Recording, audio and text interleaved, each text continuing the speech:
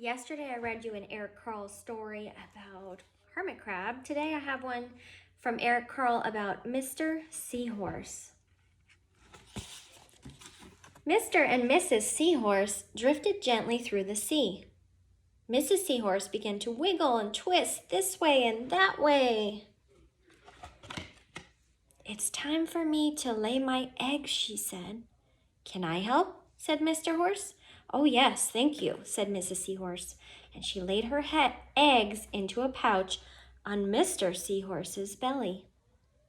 "I'll take good care of our eggs," said Mr. Seahorse, "I promise." As Mr. Seahorse drifted gently through the sea, he passed right by a group of trumpet fish hidden in a patch of reeds. Can you see them? There they are. They were hiding. But before long, Mr. Seahorse met another fish. "How are you, Mr. Stickleback?" asked Mr. Seahorse. "Delighted," replied Mr. Stickleback. "I just built a nest, and right away Mrs. Stickleback laid her eggs into it. Now I'm taking good care of them until they hatch." He's doing the same. "Keep up the good work," said Mr. Seahorse, and swam on his way. So seahorse aren't the only ones. As Mr. Seahorse drifted gently through the sea, he passed right by a lionfish hidden behind a coral reef. It's hard to see him. He's blending in so well. There he is. They're dangerous. But before long, Mr. Seahorse met another fish. "How are you, Mr. Tilapia?" asked Mr. Seahorse.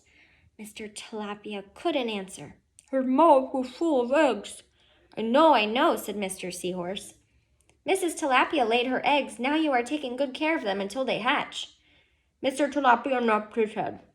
"You must be very happy," said Mr. Seahorse, and swam on his way. Another dad taking care of those eggs. As Mr. Seahorse drifted gently through the sea, he passed right by a pair of leaf fish hidden among the seaweed. Can you see them? There they are. But before long, Mr. Seahorse yet met another fish. "How are you, Mr. Curtis?" asked Mr. Seahorse. "Perfectly fine," replied Mr. Curtis. "Mrs. Curtis laid her eggs, and I have stuck them on my head. Now I'm taking good care of them until they hatch." Put them on their head, in their mouth, on their back, all different places. "You're doing a good job," said Mr. Seahorse, and he swam on his way. Look, he's upside down. They just float with the water. As Mr. Seahorse drifted gently through the sea, he passed right by a stonefish hidden behind a rock. Let's find him. Ooh, he looks a lot like that stone. They're all camouflaging. But before long, Mr. Seahorse met another fish. "How are you, Mr. Pipe?" asked Mr. Seahorse. "Couldn't be better," replied Mr. Pipe. "Mrs. Pipe laid her eggs along my belly. Now I'm taking good care of them until they hatch." "You should feel proud of yourself," said Mr. Seahorse, and he swam on his way. But before long, Mr. Seahorse met another fish. "How are you, Mr. Bullhead?" asked Mr. Seahorse. "Tip-top," replied Mr. Bullhead. "Mrs. Bullhead laid her eggs, and eggs hatched, and now I'm babysitting." "You are doing a fine job," said Mr. Seahorse, and he swam on his way. Look at all those baby fish. A lot of fish to take care of. The time had come for the seahorse babies to be born. Look at that. They're so cute. Mr. Seahorse wiggled and twisted this way and that. At last, the babies tumbled from Mr. Seahorse's patch and swam away.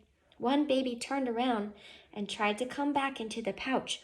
"Oh, no," said Mr. Seahorse. "I do love you, but now you are ready to be on your own." So it sounds like he's not going to take care of them anymore. They're on their own. Pretty neat.